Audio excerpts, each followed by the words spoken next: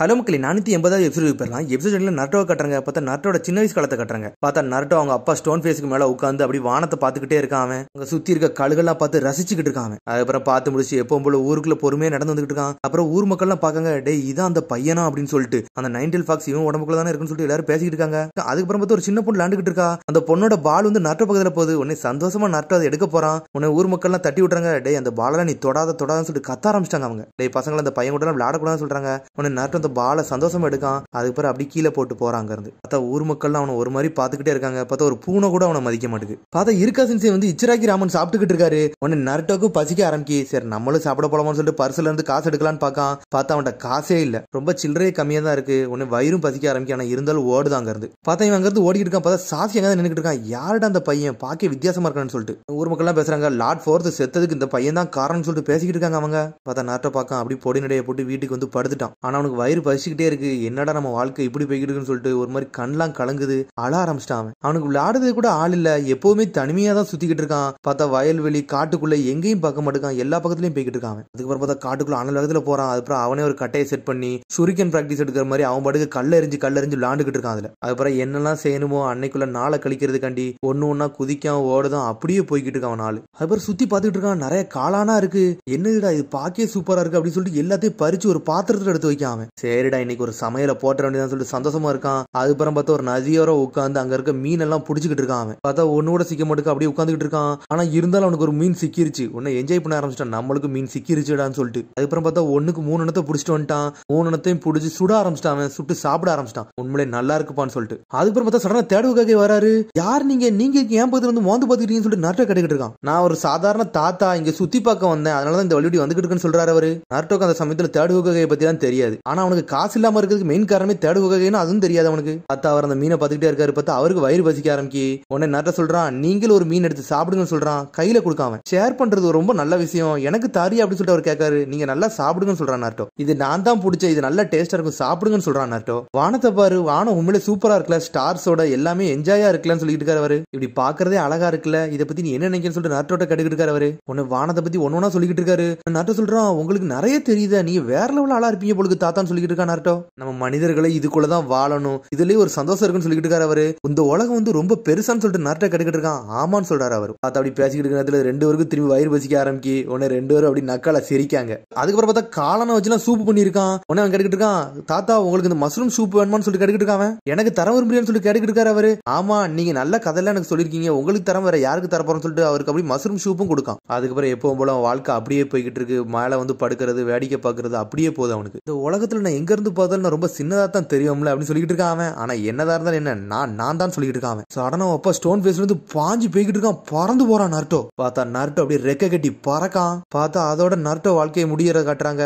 அதுக்கப்புறம் பார்த்தா ஹினட்டாவோட வாழ்க்கையை காட்டுறாங்க. அதுக்கப்புறம் பார்த்தா நெஜி ட்ரைனிங் கட்டிக்கிட்டு இருக்காங்க. பார்த்தா நெஜி அப்பா கூட வேற லெவல்ல ட்ரைனிங் எடுக்கான். ஆனா அப்பா சாதாரணமா சண்டை போட மாட்டாரு. உன் பையனா இருந்தாலும் சீரியஸா ட்ரைனிங் கொடுக்காரு அவனுக்கு. நீ இப்போது நெஜி இனிமேல் நாளைக்கு பாத்துக்கலாம் சொல்றாரு அவரு. வேண்டாம் ஃபாதர், இன்னும் நான் நல்லா கண்டினியூஸா ட்ரைனிங் எடுத்துக்கிட்டே இருக்கணும், எனக்கு ட்ரைனிங் கொடுத்துக்கிட்டே இருக்குன்னு சொல்றான் அவன். அதான் பாஞ்சு அட்டாக் பண்ண வரான். பார்த்தா அப்பா பிளாக் பண்ணி தூக்கிட்டு வீசுறாரு. உடனே அவர் சொல்றாரு, டே இந்த வயசுல நீ ரொம்ப ஹார்டாலாம் ட்ரைனிங் எடுக்க வேண்டாம்டா, நீ கண்டிப்பா ஸ்ட்ராங்கான ஆளு தான் சொல்லிட்டு இருக்காரு அவரு. என் கூட நீங்க சண்டை போட்டதுக்கு ரொம்ப சந்தோஷம் அப்பா அப்படின்னு சொல்லிட்டு தலை குனிறான் அவன். அவர் அப்படி சந்தோஷப்பட ஆரம்பிச்சிட்டாரு. அதுக்கப்புறம் பார்த்தா குருவிகளுக்கு அப்படி சாப்பாடு போட்டுக்கிட்டு இருக்கான், என்ஜாய்மெண்ட் பண்ணிக்கிட்டு இருக்கான். அப்படியே அப்பா உங்கள்கிட்ட இதை கேட்க நினைச்சேன், நான் அதை கேட்கறேன் அப்படின்னு சொல்றான் நெஜி. உங்க அண்ணனுக்கு என்னைய மாதிரி ஒரு குழந்தை இருக்காம அப்படியே சொல்லிட்டு கேட்காம, ஆமாடா அவருக்கு ஒரு கேர்ள் பாப்பா இருக்கா, ஒன்ன மாதிரி தான் அவளும், ஆனா அவளுக்கு 1 இருந்து 1 வயசு கம்மின்னு சொல்றாரு அப்பா. நாளைக்கு அவளோட பர்த்டே செலிப்ரேஷன் நம்ம போவோம்னு சொல்றாரு அவரு. அவளுக்கு அப்படி என்னதான் பிடிக்குன்னு சொல்லிட்டு நெஜி கேட்டுக்கிட்டு இருக்கான். சடனா அப்படி வானத்தை பார்க்க, அப்பா பாருங்க பனி பெய்ய ஆரம்பிச்சுன்னு சொல்லிட்டு இருக்காங்க. பார்த்தா அப்படி பனி பெய்யறத பார்த்து அப்படி என்ஜாய் பண்ணிக்கிட்டு இருக்கான் நெஜி. அப்புறம் நெஜி அம்மா நெஜியை வந்து நல்லபடியா பாத்துக்கன்னு சொல்றான். ஆனா நெஜி அம்மாவோட மூஞ்ச காட்டவே இல்ல. பாத்து கூட்டு வாங்கன்னு சொல்றா அம்மா. உடனே அப்பா சொல்றாரு, நெஜியை பத்தி எல்லாம் கவலைப்படாத, உண்மையிலே ஸ்ட்ராங்கான ஆளுன்னு சொல்லிட்டு இருக்காரு அவரு. அவன் எல்லாத்தையும் ப்ரொடெக்ட் பண்ணுவான்னு சொல்றாரு அவரு. பார்த்தா ஹினாட்டாவோட பர்த்டேக்கு எல்லாரும் வந்திருக்காங்க அங்க ஹியூகால இருந்து. லேடி ஹினாட்டா பாக்கே அழகா இருக்காள்ல அப்பா அப்படின்னு சொல்லிட்டு நெஜி சொல்லிட்டு இருக்கான். பார்த்தா அவ குட்டியா அழகா இருக்கா. நெஜி உன்னோட விதி என்னன்னா அவளை ப்ரொடெக்ட் பண்ணதான், ஹியூகா கல்யாணோட பிளட் லைனை நீ தான் ப்ரொடெக்ட் பண்ணணும்னு சொல்லிட்டு இருக்காரு அவரு. இது ஹியூகாவோட ரத்த வரிசைன்னு சொல்லிட்டு கேட்காம ஆமான்னு சொல்றாரு அப்பா. உடனே அவங்க கூட அப்படியே விளையாடுதாரு அவரு. அதுக்கப்புறம் பார்த்தா நெஜிக்கும் ஹினாட்டாக்கும் பிராக்டிஸ் வைக்காங்க.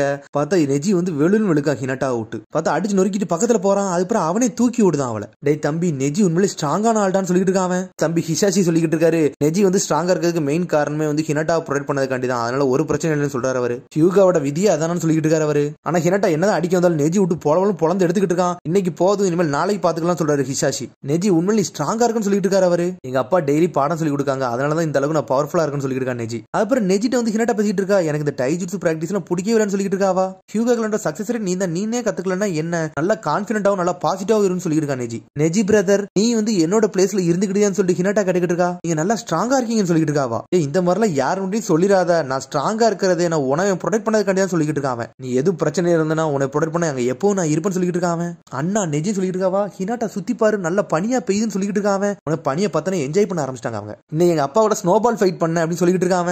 ஆனா 2 தடவை அவரை அடிச்சிட்டனே, அதுவே எனக்கு சந்தோஷமா இருந்துச்சுன்னு சொல்லிட்டு இருக்கான் நெஜி. பார்த்தா சின்ன வயசுல நெஜி நல்லா சந்தோஷமா தான் பேசிக்கிட்டு இருந்திருக்கான். அடுத்து பார்த்தா சில நாள் போகுது, பார்த்தா நெஜியோட அப்பா இறந்துட்டாரு, அது நெஜிக்கே தெரியாது. நெஜிக்கு வெறும் 4 வயசு தான், இப்ப இறந்துட்டாருன்னு சொல்லிட்டு மக்கள்லாம் வந்து செதறாங்க. உன்னை ஹினாட்டா தேடிக்கிட்டே இருக்கா, நெஜி எங்க இருக்கான்னு சொல்லிட்டு. பார்த்தா நெஜிக்கு அந்த விஷயம் தெரியவே தெரியாது. உன்னை சந்தோஷமா நின்னுகிட்டு இருக்கான். சடனா விஷயத்த சொன்னோன்னே தாரையா அழ ஆரம்பிச்சிட்டான். உன்னை ஹினாட்டா அப்படியே அழுதுட்டு வெளியே போறான். நெஜி அழுவதை பார்த்துட்டு அவளும் வெளியே போய் அழ ஆரம்பிச்சிட்டா. உடனே அங்கிருந்து ஓடுதா, தடிக்கு கீழே விழுதா, இருந்தாலும் அழகா அப்படியே அங்கிருந்து ஓடிக்கிட்டு இருக்கா. ஏன்னா இறந்தது அவங்க அப்பாவோட தம்பி, அதனால அவளை பொறுத்துக்கிட்டவே முடியல. அப்படியே அழுதுகிட்டே ஓடிக்கிட்டே இருக்காவா. பார்த்தா அவங்க அப்பா யாருமே இல்ல அங்க. பார்த்தா சின்ன வயசு நல்லா அவளால ஒழுங்கா கூட ஓட முடியல, தடிக்கி கீழே விழுந்துட்டு ஓடிக்கிட்டே இருக்காங்க. இருந்து சடனா ஒரு வெளிச்சத்துல போய் உட்காந்து அழ ஆரம்பிச்சிட்டா. ஏன்டா இப்பெல்லாம் நடக்குன்னு சொல்லிட்டு. உடனே நருட்டோ நடந்து வரான். என்ன பண்ணிக்கிட்டு இருக்க அப்படின்னு சொல்லிட்டு வராவன். பனி பெஞ்சிக்கிட்டு இருக்கு, நீ என்ன இங்க உட்காந்து அழுதுகிட்டு சொல்லிட்டு நருட்டோ கேட்டுக்கிட்டு இருக்கான். பார்த்தா அவன் அப்படி தத்தைக்கா நடந்து வந்துகிட்டு இருக்கான். அவனும் உன்னோட வீடு எங்க இருக்குன்னு சொல்லி கேட்டுக்கிட்டு இருக்கான். நருட்டோ நான் சொல்ல மாட்டேன்னு சொல்லிட்டு தலையாட்டுறா ஹினாட்டா. வா உன்னை வீட்டுக்கு கூட்டு போறேன்னு சொல்லிட்டு கையை பிடிச்சு கூட்டு போறான் நருட்டோ.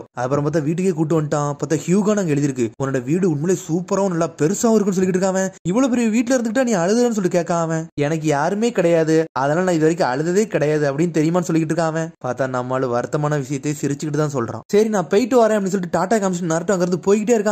அதுக்கப்புறம் பார்த்தா ஹினாட்டாவோட அப்பா வராரு. ஹினாட்டா நீ எங்க தான் போனா, நீ ஒரு மெயின் ஃபீல்ட்ல ஒரு மெயினான ஆளு, நீ தொலைஞ்சு போயிட்டேன்னு சொல்லிட்டு பயந்துட்டேன்னு சொல்றாரு அவரு. நீ மெயின் ஃபேமிலியில ஒரு ஆளு, ஒன்னால நிறைய பேர் சாக்ரிஃபைஸ் பண்ண வேண்டிய நிலைமை வந்துருச்சுன்னு சொல்லிட்டு இருக்காரு அவரு. அதனால இதை பத்தி எல்லாம் புரிஞ்சுக்கோன்னு சொல்றாரு அவரு. உடனே அப்படியே நெஜியை பத்தி நினைச்சு பார்க்கா, நெஜி அழுததெல்லாம். அதுக்கப்புறம் அப்படி நருட்டோவை நினைச்சு பார்க்கா, எனக்கு யாருமே இல்ல அப்படின்னு சொல்லிட்டு சொன்னதெல்லாம் யோசிச்சு பார்க்காவா. அப்புறம் வானத்துல பனி பெய்யுறது அப்படி பார்த்தா அதோட எபிசோட் முடியுது. அதுக்கடுத்த எபிசோட் இப்போ மறந்து சப்ஸ்கிரைப் பண்ணுங்க, ஷேர் பண்ணுங்க, கமெண்ட் பண்ணுங்க, பெல் பட்டனை. see you, bye.